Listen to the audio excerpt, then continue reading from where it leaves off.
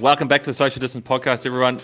Once again, George is not here, but we have got a good guest on today. Today we're joined by Aaron Gate, who just recently off the back of winning his second world title on the track. He won the points race world title a couple of days ago in Glasgow. He was also third in the team pursuit, third in the Madison at those same world champs. He's a four-time Commonwealth Game gold medalist, at least, and he won 4 gold in 1 Commonwealth Games. I forgot to ask him if he'd won any more, but he probably has. He joins us from the Tour of Denmark. He's not here in the intro, but he is here in the show. So enjoy it. Let's just run the intro and wing it like we always do and see what comes out of it. Let's get ready to rumble! Front kick. Just getting bored and dance move chat. My radar's going pretty hard at the moment. I think we should. Will you shut up, man? That escalated quickly. We're going to need to get some more qualified guests on this show, eh? The auditions continue to replace George. Where the fuck is George again? Oh, is he still trying to get across to the breakaway in Glasgow? What happened there? There's a lot of swearing at one point. I missed the early stuff, but didn't the cameras pick him up, Bewls? Yeah, I woke up in the morning. I was doing something like working around the house or whatever. Probably like cleaning and just, doing all that sort of stuff that I enjoy to do. And I was like, oh, fuck, I better put the road race on. So I turned the road race on. It was like 35k in or something. And the first footage was just George going, fuck, go! Yelling at this dude. This bloke from Vatican City or something, wasn't it? Yeah. First ever bike race. Poor 40-year-old bloke just stoked to be there and then just got some bloke from Nelson just ripping him to shreds. Exactly. No, George is at Burgos at the moment. Or he was traveling to Burgos today or something. I don't know. His internet's also shit, so we'll just use that as an excuse. But we've got Gatey on today as well. He's showing good commitment though, because he's also at Tour of Denmark and he's in a hotel room and he's managed to front up. Yeah. Well, I couldn't turn you down for like the 8th time or whatever. How many times you've asked me? There's always something that comes up, so I had to make it work. To be fair, like the podcast, I've asked Gatey a few times to come to the podcast, but like we can't even get together for a beer or a coffee half the time. Like I think you've spent about 8 hours at home this year, haven't you?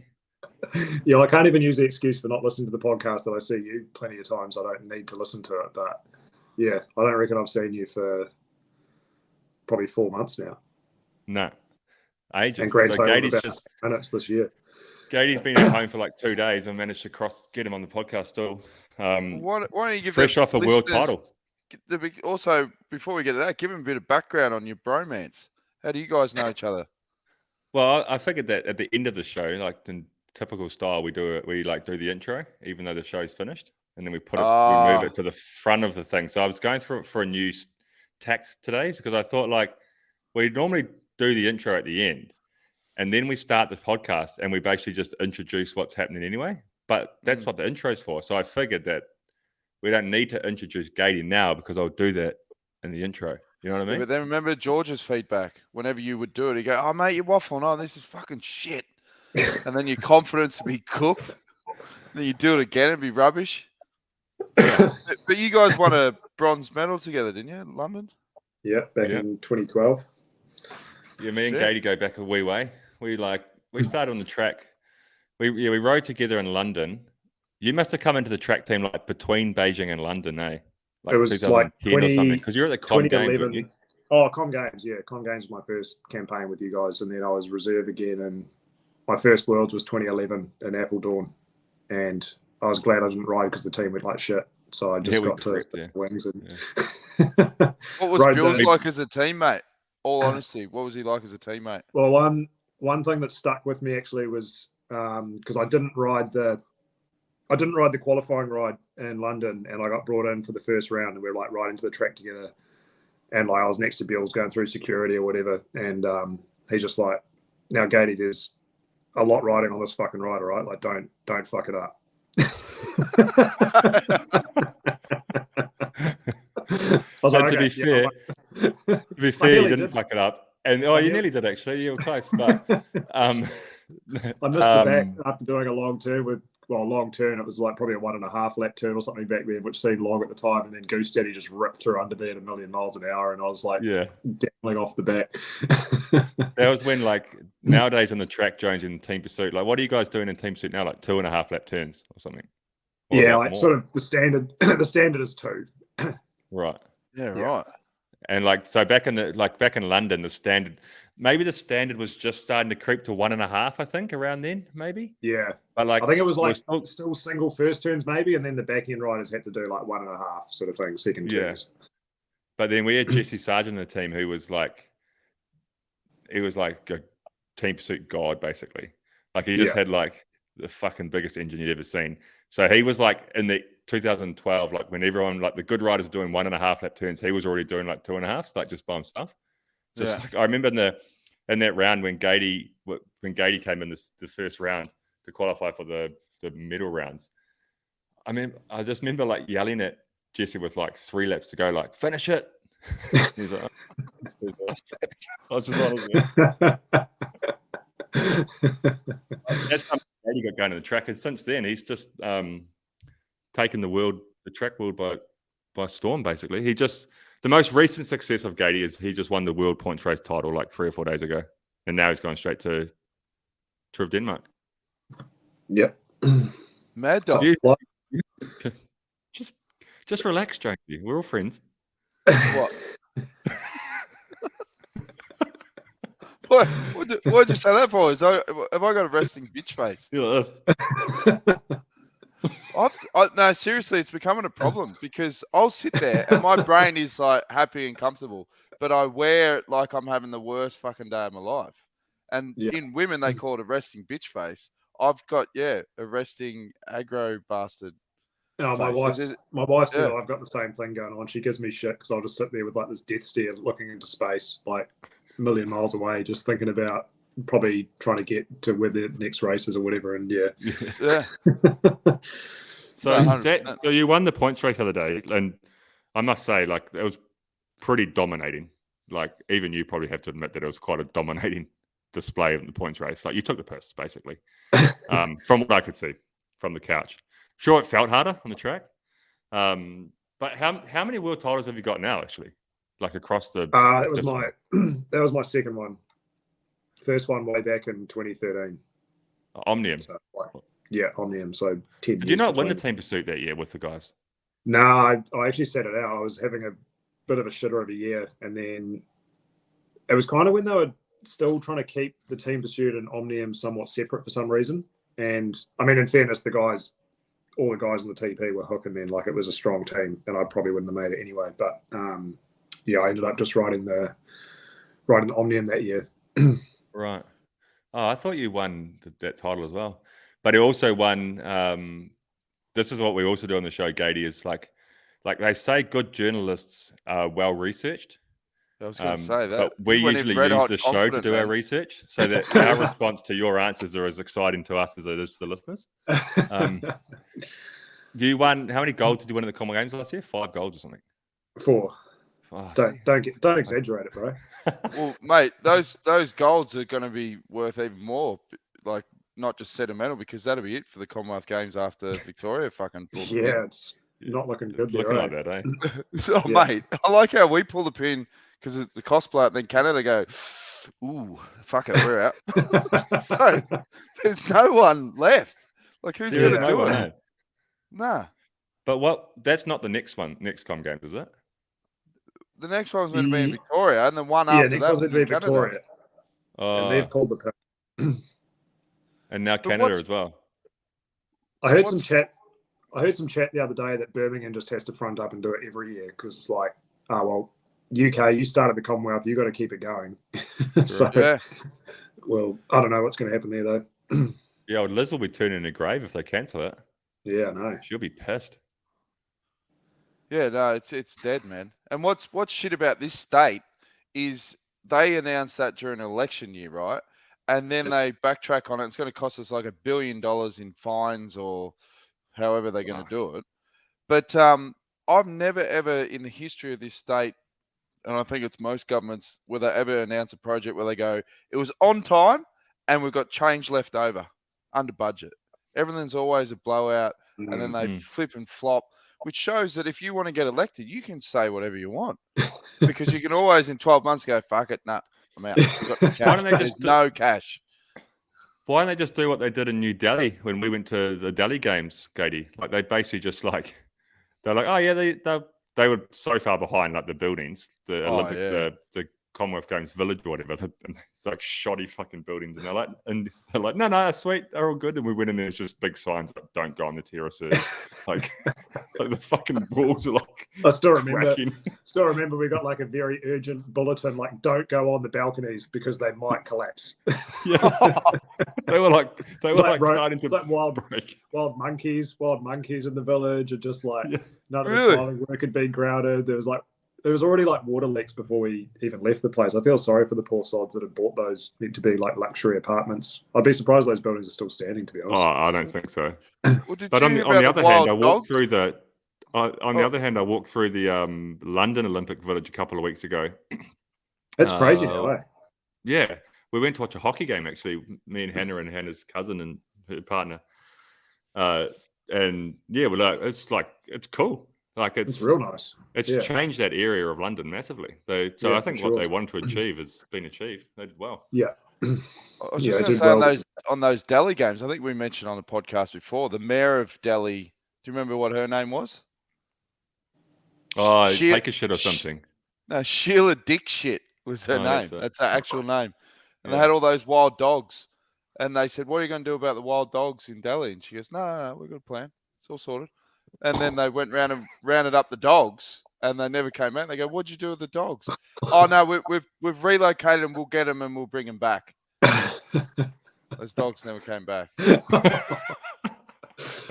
There were some pretty memorable things. It was a pretty cool trip though, that one. Like, there's some pretty memorable things. I remember like the security going to the track, and you'd all be on the bus because it was like a 20-minute drive from the village to where the velodrome was, and they just had this line of like 100 Toyota Hiluxes with blokes with AK-47s just sitting in the back tray, and so every time you left the velodrome, just one Hilux in front, one behind of the bus, just like cruising down the road. And then they'd created like a Commonwealth lane, like they'd painted a different color on the road. So like what was normally a 4-lane road was now 3, but it'd still be like 5 cars wide in those 3 lanes. So it actually didn't change anything.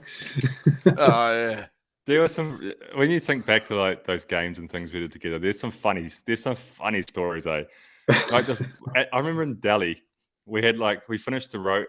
I raced the track there with Gatey, and then I did the road race. Yeah, I did the road race, and then Hayden Rolston got second in the road race. So we like had some beers that night. There's actually like unique to any other village. They actually had a pub inside this that little village. mix zone pub, eh? Yeah. But And like I think the idea for like 2 ahead. Yeah. The idea was like to maybe meet someone and have like a quiet beer, but it just turned into this pub, like this nightclub, because nobody was allowed to go out into the cities and stuff.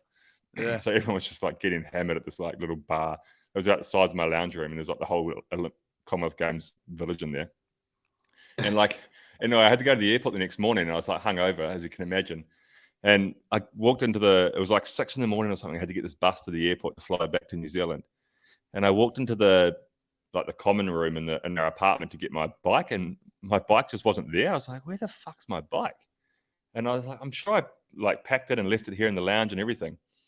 I was like, and then eventually I was like, I'm just gonna have to go. Like, I'm gonna miss my bus and miss my flight. So I just was like, I'm gonna have to leave and hope my bike just turns up, and like something like the NZOC can bring it back or something, I don't know what I was thinking.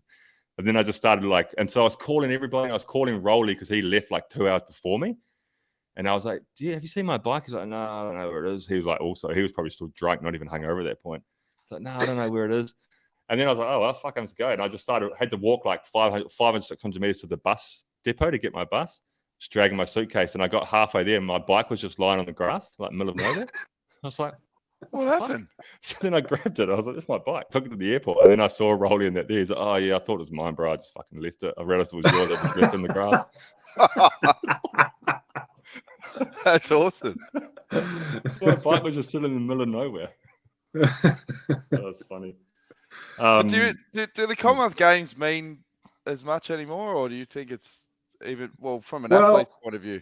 Kind of going there last year, it didn't really seem like they were going to. But then when you get there, and the amount of like the hype from the public and everything, like even just going out for a coffee ride the day before the road race, and it was in Warwick, and we're just sitting at this brew shop, and just like all the public coming up to us like, oh, good luck tomorrow, you know, like everyone was like really behind it. And I think even the amount of coverage back home was kind of just as much nearly as you get for an Olympics anyway. So I think it kind of still is, like, and I think kind of still shows what sport at that level should be. Like kids watch it, people get amongst it, and it'd be a shame if it died for sure, I think. Yeah, it would be.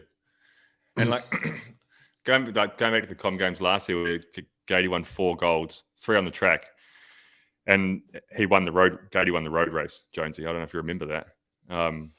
And yeah, I remember it like, well. For me, like, should have seen this before the show. Jonesy sent me the link and what he sent on the link to the show on WhatsApp, and he goes, "Forward this to Gatey. By the way, who's Gatey?" Like 10 minutes before the show started. I love that. Oh, thanks, mate.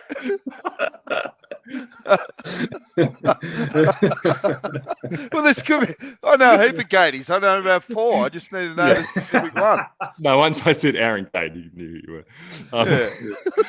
But like, Put this on the Gatey. You're like, Bill, is Who's Bill Gatey? coming on the podcast? Yeah, that's right.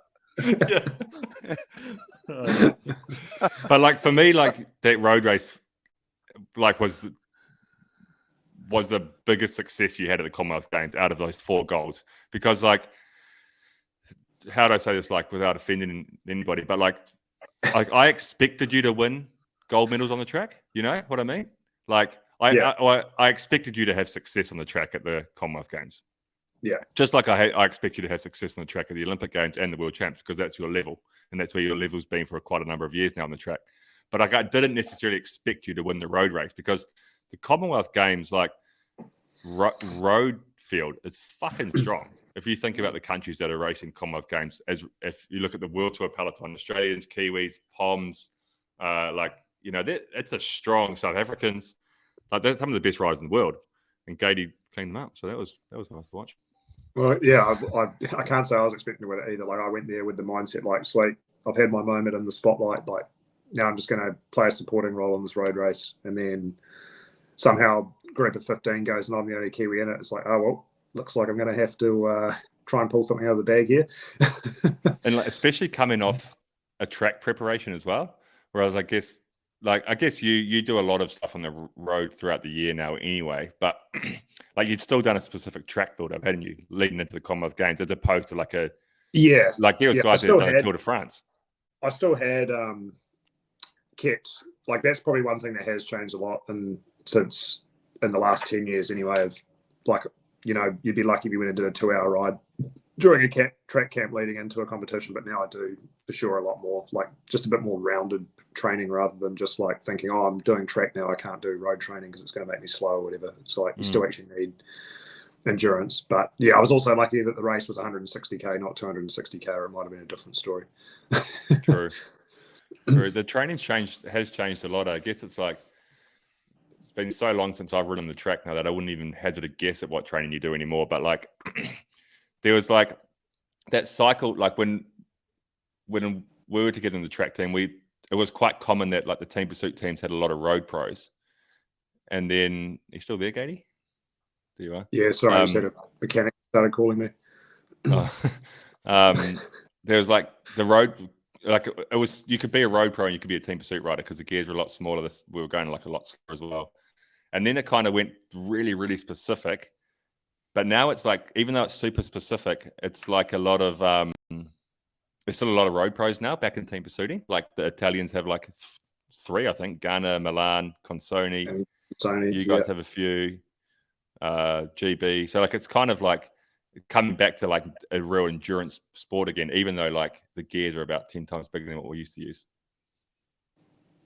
Yeah, it's it did go through, because it's sort of, when the gears started getting bigger, it was quite a specific, it seemed really specific, like you needed to be able to do massive weights in the gym. And I don't know, now it's kind of gone full circle, and for some reason you can still push big. Like, I mean, my physiology's definitely changed a lot in the last 10 years. I even got shit the other day from our Belgian clothing sponsor that was like, yeah, but Gatey's ass is not like the other riders. So Yeah. Because like you just a lot more. it's so much more in the gym, eh? Yeah, for sure. What gear do you ride in Team Pursuit now? Like, what's the general like for like the top 4 teams?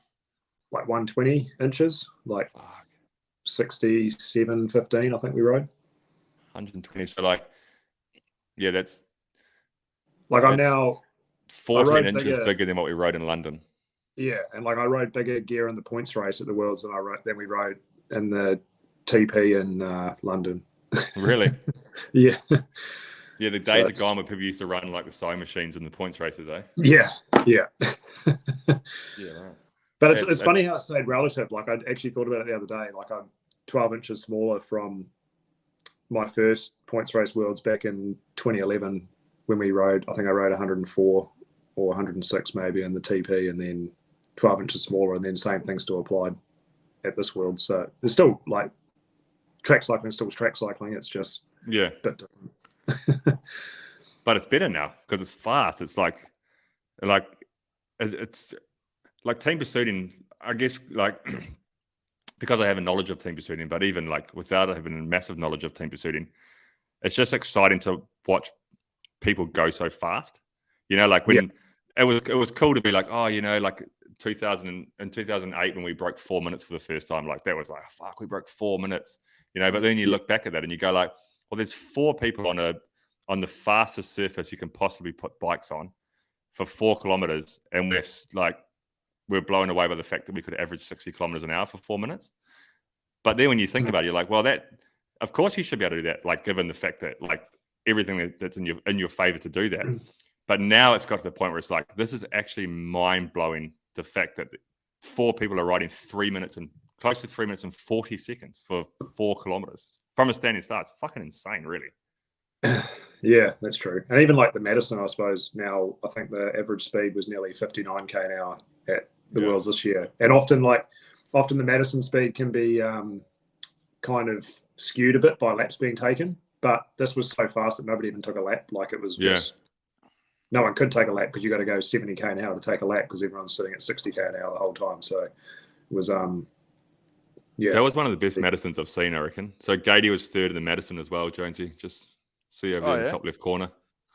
Oh, good on you, mate. Who'd you do it with? Campbell Stewart. Oh, yeah. He's a good bloke. Cambo. Yeah.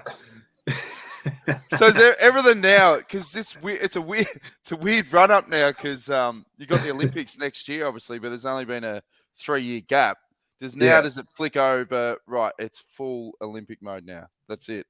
Yes and no. It's like this was quite good. Normally the Worlds is later in the year. Well, it's kind of the UCI changes it every year, it seems. But this year with the Super Worlds, it's like the same time that it's going to be for the Olympics, like start of August. So kind of good, just like a bit of a practice run, seeing what worked and what didn't and what we can do better, and you know how far out we try and put a clamp on road racing and what sort of road races are going to be beneficial and everything else. So for sure, like for the next 12 months, the Olympics is my main focus, but there's still a lot of road racing and stuff to do as well. So there's no more world champs between this is the last world champs for the Olympics. Yeah, and I guess the one next year will be back in October or something after the Olympics. And they'll do a World Cup season, I guess, leading into the Olympics. Yeah, sorry, James. We've got a couple of World Cups. Again, Aussies playing footsie with hosting one. There was meant to be one in Aussie and it would have been in Melbourne, was it? I guess. Nobody wants to put the money up. Yeah, we've got no cash, mate. No cash here. We're fucked. All I hear from Aussie is Kiwis going there because there's so much cash, and then every time Aussies have to spend it, they're like, nah. Nah. Mate, speaking of getting paid well in Australia, I saw a thing just before I logged onto the show that UPS drivers in America are now going to get paid an average of $170,000 a year. That's good crust. That's not bad, eh? US dollars as well. Yeah. I might hang the wheels up. Fuck yeah. I was thinking that. I already have, but isn't the postal drivers. Oh, I'm going off Seinfeld for research here. They go. That's why they call it going postal. Like they go nuts, don't they? Oh, is that where it comes from? Yeah, I think so. Yeah, right. Makes sense. Does Going make sense. postal, yeah. Yeah. So you need sort of that going. All the best research postal comes from combo. Seinfeld, so Yeah. it would be legit. Seinfeld, South Park, Family Guy, Yeah. Social Distance Podcast. Well, it's like where I grew up in Sale, everyone works on the oil rigs and they get paid good coin. Like one of my mates' dads, he was on the oil rigs just cleaning shitters, and he was on 180 grand a year. But I'm thinking, 40 dudes blocking one mobile shitter on an oil rig, I'd want 180k as well. Yeah, Yeah, bloody hell. The, So how's Black Spoke going, Gatey? We'll just quickly chat about that, and then you can go. I've got to go as well soon, actually. All good. We my last race with them was Tour of Belgium, which was pretty up and down. It was pretty. That race was probably, well, the first stage especially was probably the most stressful bloody peloton I've been in that I can remember. It was everyone's just so on edge these days, it seems. But hopefully this race will be a bit more relaxed. Famous last words. Probably crosswinds from the gun tomorrow, and it will be stressful as hell. But yeah, it will be. Yeah. But no, it's been good. It's pretty cool. Like, you know, a full team of Kiwis is something that has never existed before. So I think it's pretty cool to have something like this. Yeah. Like, It's rather exciting, than eh? Kiwis battling around in small club teams in Belgium and France trying to make ends meet, and now, you know, there's this pathway to go and race in Europe. It's pretty cool for the next generation coming through. Yeah, and it just puts New Zealand on the map as well, which is like, and like New Zealand cycling, Nick, like when you just think back to over the last 6 months, like first of all, okay, Bolton Equities, Black Spoke, your team, it existed last year at a continental level, but now it's a pro continental team. You know, it's growing, it's becoming a bigger organization year by year. It's getting bigger with, you know, aspirations to be, you know, one of the best teams going forward. So then that's been a massive part for cycling New Zealand. And then when you look at like just the world champs as well, you're like, fuck man, we won 2 world titles on the mountain bike. Sam Gaze was second in the cross country of the mountain bike. We won 2 cross country world titles. We won first, second, and third in the junior women's downhill. Sam Gaze was second in the cross country. We won multiple medals on the track, male and female.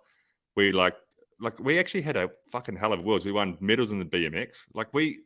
New Zealand cycling is so good, actually. Like for a little nation. Pretty cool. It's just pretty cool the depth as well, you know, like because in the past it's always been there's one, you know, like for a while it was Sarah Ulmer flying the flag, and then, you know, there's always been like one team or one individual that's like a superhero on the bike. But then now just like, yeah, how much it's flowed across multiple disciplines, as you said, I think it's pretty cool. You've got to turn that into cash now for the lead up to the Olympics. Exactly. Steinlager on board, or turn it into commercial dollars. That's why, like, what Murray Bolton's doing with Black Spoke is like it's so important and so impactful for New Zealand road cycling, and not from a cash point of view, but the fact that Cycling New Zealand, you know, it's a small organisation ultimately, and they haven't got the money or the funding to support every single facet of cycling, you know, so they have to prioritize, which can be shit for some disciplines, but at the same time, like, I guess I sat on both sides of it. I was in the track team when I was in the road team, and the track team's always been well funded. The road team's not so well funded. But I actually kind of get it, because they've only got so many dollars they can spend, and they have to prioritize in the right way where they're going to deliver medals, or at least more medals. So it does put road cycling in a position where we don't have a road program for young Kiwis. We don't have to develop a national under-23 team race in Europe or anything like that. So that's why what Black Spoke is why it's so important to New Zealand road cycling. It fills that gap. And what like a lot of road riders in New Zealand also forget is that the money, Cycling New Zealand doesn't actually have any commercial partners at the moment. Like, there's various reasons for that, but all the money they get is from HPCZ, the government sporting body, and they actually audit Cycling New Zealand where they spend their money. So they said, oh, you've got this money for track, and then they said, oh, but we spent it to send a road team to the Worlds. And be like, well, nah, that's not what we told you to use it on. So they actually can't, even if they wanted to support a road team, they couldn't. And that's where, like you said, someone like Murray Bolton coming in fills that void, and I think just builds cycling in a way that you can't measure as well. Like, we get more media coverage in New Zealand, and then it gets more followers, and then more kids see it, and they want to get, they want to get on a bike. And it's just, I think you got to have someone like that to kickstart it, and then hopefully it continues to snowball from there into more people getting into it, both commercially and just from a recreational point of view. Yeah, and the recreational side of things just comes purely from having success, I think, and building a culture of getting more and more people interested to turn the TV on when the Commonwealth Games are on, or the Super Worlds, whatever, and go, I want to watch the cycling because I know that we have successful guys and girls, and I want to watch that. That's what gets people interested recreationally. And then to get people interested, like, to become professionals, you just have to have like some form of a pathway where young under 17s or juniors go like, oh, there's actually somewhere I can go out of juniors. Because, like, there's always a question, like, you get asked it heaps, and you probably do as well, Gatey, like, oh, I got a young guy, he's really into cycling, he's national champion, he wants to go and, like, try to make it as a cyclist. What does he do? What's the next step for him? And, like, the answer is, like, I don't know. That's almost that's like what the answer's been for a couple of years now, because you're like, well, actually, the only option is hopefully you got supportive parents, get on a plane, fly to Belgium, put yourself in some shitty little fucking barn and hope for the best. Like, that was the only pathway for a little while. But now, like, it's starting to become a little bit more like the waters aren't so murky, and there's, like, even with James Canning's team, what's it called? Q. Yeah, like, that's another smaller version of a team that can at least get you overseas to do some racing, and, like, those things are important. Well, you look at what they've just done as well. Like, they just won the biggest crit series in the US with Ben Oliver, who was racing a mountain bike at a World Cup 2 weeks earlier, jumped on a plane, headed to the States, and then those guys cleaned up all these professional, like, teams that are paid just to race criteriums. And this bloke just got off this mountain bike, stepped on a road bike, and then a group of Kiwis just dusted up all these Yanks. So it's, is that NCL league? Yeah, I think so. It's part of that. Yeah. So all those NCL teams are at this Intelligentsia Cup, and these guys just, like, put them all to the sword. We'll have to get Swank on the show, Bewls, because he's managing one of the teams. Yeah, the Denver Disruptors. Yeah, that's where Rainey rides for, eh? Yeah, it's an interesting series, that thing. I was watching a little bit of it this morning, just like, and they have, like, subs. You can sub in and out, like, during the crit, I think. Really? Yeah, it was like, maybe it was a different, maybe they have a standard crit, and then maybe they have a other format. I don't know. I haven't looked into it deep enough, but, like, they were like, it was on their Twitter account saying, like, it's exciting to see the teams utilizing the substitution card or something, and they were like, three girls, like, went off into the pit lane, and then 3 other girls came out. You should get back on the bike, Bewls. It'd be perfect for you. You have to do the first couple of laps and then just sub out. Yeah. That'd be right. Yeah, just do a lap, full gas, and then just park up the beer tent for the rest of the race. That'd be good. Yeah, I do. Right, what was your wash up? Go, I was just going to say, quick wash up from the Worlds, Bewls. Vanderpoel. Yeah. Fucking solid. He's good, eh? Yeah, that was pretty impressive. Little get down just to keep everyone on the edge of their seats as well. What a mad dog, eh? He was never making it around that corner though. Did you see how hot he came into? Did you guys see any of the under 23 race? Those poor bastards. I swear, like, every corner they were just slapping off. Logan Curry had a good ride there, actually. Real good ride. Like, it was good to see him just get stuck in. Like, that group was off the front. It was the place to be, and he was like, "Oh well, fuck it. I'll try and ride across." Yeah, gave it a good nudge. It was good to watch. Good time trial from him too. Yeah. Yeah. One other thing I wanted to ask you, Bewls, is, like, what is the go with riders' contracts nowadays, now that you're on the other side of the fence? Because Remco's old man who manages him, I think he was a Tyler in his previous life, and now he's managing one of the best bike riders in the world. Perfect transition.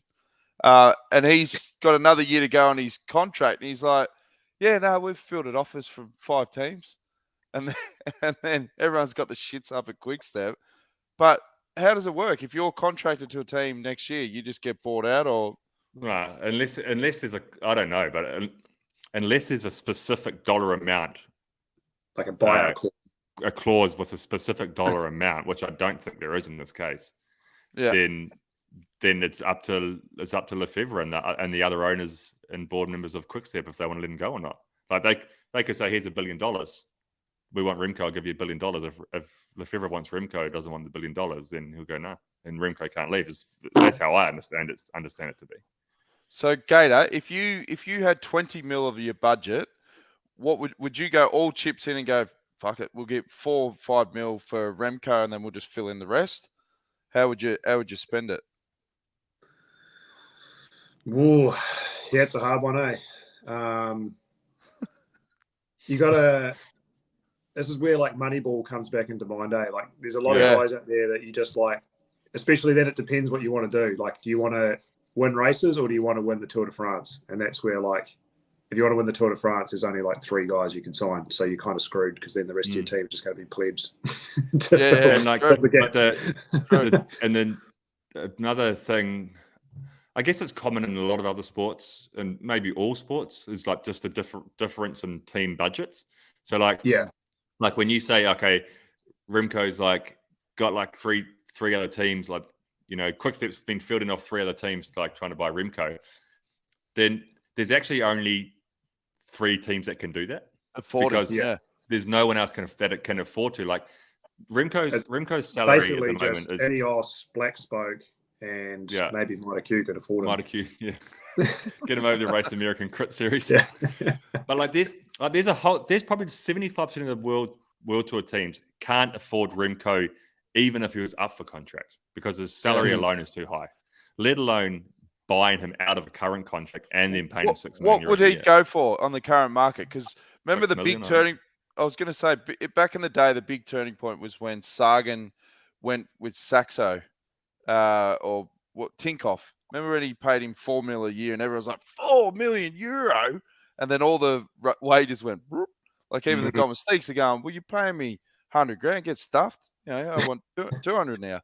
It just inflated everything. You're right. That's happened. Everything. The salaries are constantly going up from the base level to the top level and cycling now, and it's good. It's good for the guys that are racing now. It is so interesting, that Lefebvre thing though, because it's like, I guess either way he's rubbing his hands together. He's either got Remco on his team next year, or he's going to get so much money from him leaving that he can keep the team afloat for another couple of years. Yeah. But like I think you got to be careful what you say about Lefebvre because he might listen to the show. Doubt it, but I think that he only owns a small percentage of the team. Like I think he only owns he's not the majority owner of that team. Right. It's the Czech guy. Yeah. He owns the majority of the team. So, you know, if I don't know what percentage Lefebvre owns, but he's only taking that percentage of the sell if it was sold. You know what I mean? So I just probably less interest. If you've got gaps to fill other salaries, you know, like then at least if you get a huge injection of cash from Remco leaving, at least you can start to look at other guys that are actually on the market. But for sure, I think it would actually be a shame if he left that team though, because it's like he's kind of feels like part of that team now. I don't know. Yeah, Wolfpack. The Wolfpack. The dream scenario would be that Quickstep finds some money, and like I know it's not that easy, but like go to Remco. Okay, maybe we're underpaying you a little bit, but at the same time you agreed to this contract, you signed it. So, but out of good faith, we'll bump it up to the level that we can afford to, and stay here. You know, that would be what's best. Like I think that if he gets bought out, and it's just going to make it's just changing the sport, and it's like. Maybe it's where the sport should head in the future, like trading and all that sort of stuff. But it's not there yet. It's not ready for that yet because there's only a few teams that can do it. And Ineos will throw the book at it. I reckon he'll go there. Yeah, well, that's likely. Yeah. Well, Belgium love cycling that much. Maybe they just slap a Remco tax on everyone's income tax at the end of the year. Everyone pays €1 to keep them in house. Fuck, man, they probably do it. The Belgians, they're mad. Oh yeah. If they were like $1,000 a year extra on your taxes to keep Remco, they'd probably fucking do it. Like when was it Leonard who was leaving the Raptors and went to Jonesy when he left the Raptors the Clippers. Clippers, yeah. And so Toronto were trying to keep him, and apparently it got to the whole city was just trying to give Leonard these perks to stay. So this Michelin star restaurant was any time of day, fucking 4 a.m, call me, I'll open the restaurant, I'll cook for you and all of your friends. You never ever have to pay as many people as you want to bring to the restaurant. And then Drake was got involved. some a big apartment at the top of a fucking penthouse. We'll give you the apartment, I'll pay your taxes or something. That was one of the reasons he was leaving, because the tax rate was lower or something as well, or something like that. Or he wanted to go home, but the tax rate was different. And Drake was I'll pay you the difference, the taxes, and the whole of Toronto was don't fucking leave. Yeah, he still left. Yeah. Oh, before you go, one last thing, you're talking about Lefebvre and that. Did you watch the Cavendish doco on Netflix? Yeah, I haven't yet. No. I've heard it's worth good. a watch, Katie. Yeah. I must say, people think I got and when I was doing this NBC thing, there's to TV stuff for NBC in America. People started thinking that I hate Cav when I've always loved Cav, and I do love Cav, but everyone was oh, you hate Cav, because the question was asked, do you think he'll break the record this year? And I said no, and they're oh, you fucking hate him. I don't hate him, I just don't think he's going to break the fucking record. Yeah, do you think Aaron Gate's going to go to the moon? No, I don't fucking hate you. I just don't think you're going to go to the moon. And but why couldn't you just play the game, Sam? Why couldn't you play the romantic game? There's already enough people doing that. Yeah, but Cav hates that shit. He won't forget those comments. That's reverse psychology. I wanted Cav. I said it. I said, asking me if Cav's going to break the record and asking me if I want Cav to break the record is two completely different things. I want him to break the record. Don't get me wrong. I just don't think he will. And it turns out I was right. Yeah, that's why he brought it up. That's why he brought it up. If he hadn't crashed and broke the record, you would not be talking about this right now. Let's be honest. No, what I was going to say is that I watched the Cav doco and I even have more admiration for that guy after watching it. It's a good watch. It's a really good watch. And after watching that, then I do retract a little bit and say, fuck, if anybody would do it, come back from fucking chips down and break the record, it's going to be that guy. Is he contracted to Astana next year, or no? That's it. Well, he's supposed to be retiring, but yeah, who knows? He might pin a number back on. You never know with him. Black spoke. Maybe. It's actually one story I will tell quickly, which is quite a proud moment. Is I raced the Copenhagen 3-day last year, and Cav was there doing it with Ilio as a warm up for the Ghent 6, and I went down to half the right. They split you half the riders did a moto thing, and half of us did an elimination. And first night came down to me and Cav for the last sprint. I was like, I got to get him. So I rolled him on the line in the elimination. And then the next night, the organizer came up to me and he's like, oh, the crowd would quite like to see Cavendish win, And so then I came it off the track after he came down to the two of us again at the end, and he rolled me. And the Danish mechanic came up to me straight after. He's like, hey, the next time you go out, I have to put a lock ring on your bike because you were backpedaling so much in the last straight. I think you nearly would have wound the gear off. To his credit, I had just come off the track worlds and stuff, and he was fresh off the off season, so there was a bit of disparity in form there. Yeah. Safe to say, I'm not beating him in a sprint mid-road season. No, that's fucking awesome. It was hard, but no, it's worth a watch. So if you find some time to watch it, Katie. Yeah, well, I'll probably watch it with wifey when I'm at home, because it's always good to educate her on cycling. True, she's got no idea what's going on. The owner of the South African team didn't come out looking that good in it. What's his name again? Doug Ryder. Oh, okay. Because it's never good when team owners are feeling the pump, but they dump it onto the riders. Yeah. When he has meetings where it's guys, look like we don't win a stage, we're fucked. And everyone's like, Cav's like, who the fuck is he? And then he's like, who the fuck's Doug Ryder? And then he's like, hey Siri, who's Doug Ryder? Hey Siri, who's right. Mark Cavendish? Yeah, he goes, I thought that was good, eh? When he does the Siri check. Yeah, who the fuck's Doug Ryder? Yeah, loved it. Uncle Doug comes out looking shit ass. Poor bastard. He's already lost his team, and they'd be sitting at home, everyone going, oh, Doug, we should watch a Netflix thing. Oh, yeah. Give that a gander. I really would have he's switched off. back now, Doug. Oh, He's back in the game. He's back in Is the he? game now, Doug. 6.5, yeah. That guy's. People talk about Jonathan Vorders, like how he can keep teams afloat or keep teams going. Doug Ryder's pretty fucking good at it too. You can't. Yeah, he's got a good team. He's got a good team now. It's going to be, and they've got some good signings for next year as well. So they're on their way up. Q36.5. What is it? Q36.5. Yeah. Yeah, What's that all about? it's a clothing company. Ah, It's a what's South a African 36.5? What's that stand clothing company. I don't know. But why do they put the number in? I don't know. I don't know. I don't know. I don't know. It's part of the South African alphabet, I think. Okay. Why do they call a 7-Eleven a 7-Eleven, not a 26.3 or something? Good point. All right, leave your comments in the feedback below. What are we talking about? We need to wrap this shit up. I gotta go. I just got a meeting in a couple of minutes. So Good to Just see to, you, Katie. thanks for coming on, mate. Likewise. Cheers, Congrats guys. on your results, Good mate. chat. I'll be following it with interest. What, tour of Denmark this week? Yeah. Hopefully. Yeah, good luck. Well, yeah, I wouldn't look too closely, but we'll see. Wow, I guess. jeez, you'd think the crowds would be good. Fuck, they've been sport the last couple of years with results. Yeah, That's Can't remember true. what. No, Yeah. Danish do love cycling. That's it. Yeah. Yep. Good Is stuff. Vingegaard doing it? Preparation for the Welter. He probably should, eh? Yeah. Chris Yeah. Jensen. Went out to watch.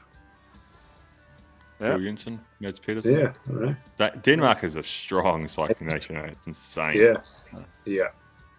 The Magnus- thing that's always scary as well Danish is the sport, is the time trials here. It's like probably harder to win the time trial at the Tour of Denmark than to win the world's time Yeah. trial, because just Yeah, every yeah. Dane is so fast on the time trial by. Yeah, and they're always short as well. They short time trials. They just rip it. Yeah. Yeah, no. All right. Sweet. Good luck, Katie. Cheers, guys. All right. Cheers, mate. Catch you later. See you soon.